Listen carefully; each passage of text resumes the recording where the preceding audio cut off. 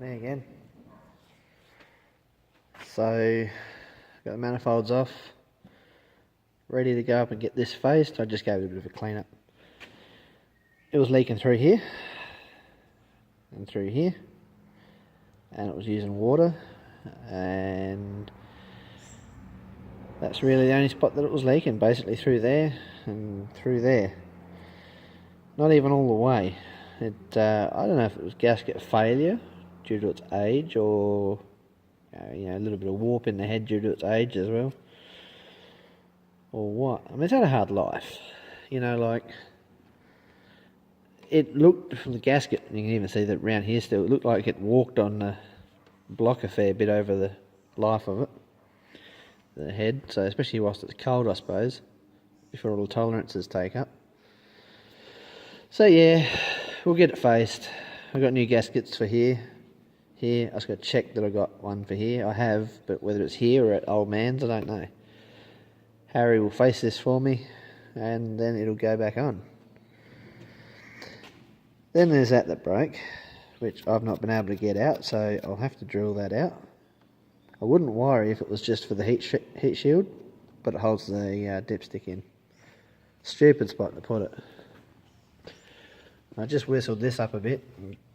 I'll wash this with petrol. After, I might go over it again, there's a bit of stuff on here still. But you should wash all this with petrol or methylated spirits or something, get all the oily stuff off before you put your new gasket on. And probably run a thread cutter down the holes and blow out all the holes just to make sure that they're all clean. But yeah, it was original gasket, definitely. I'm about to measure these bores up, see what size these actually are. It looks standard, but you would never tell without a vernier, so let's have a look. Let's see what reading we get. It's a bit hard doing this with one hand. 88.9. We're going down 0.93, 97, 9. So 89. You'd call that 89 with my shit measuring. So it's standard bore. It's never been done. Because these are 89 by 96mm stroke. Hence the reason they got lots of low down power. They've got lots of leverage. Yeah. So this is why you don't have to rev this real high to get a lot of power out of it. Same with the KAs. So the KA24 and the Z24 are the same block. But the first generation of KAs had a 3-valve head, or 3 valves per cylinder. And the later ones had 4 valves per cylinder. So yeah. So there was single 3-valve heads, and single cam 3-valve heads, and double cam 4-valve heads. So yeah. And in the late stuff, your Renaults and stuff like that, this is all the same. So in your Teeters, in your late Pulsars and things like that, it has a single row timing chain or a double row. Either way, it's a single chain, but it's still a double overhead cam engine. What they do is the inlet cam, I think it is, I'm pretty sure it's the inlet cam, has a gear on the back of it and runs the exhaust cam. It runs it backwards, so one turns one way and one turns the other way, and that's how they piggyback off the other camshaft to save endless amounts of chain or belt depending on your engine. But the less chain, honestly, the better, because it's easier to manage the whip in it and the stretch in the long term. So yeah, there's a few secrets to setting these up too, but I think I covered that in the Bluebird video.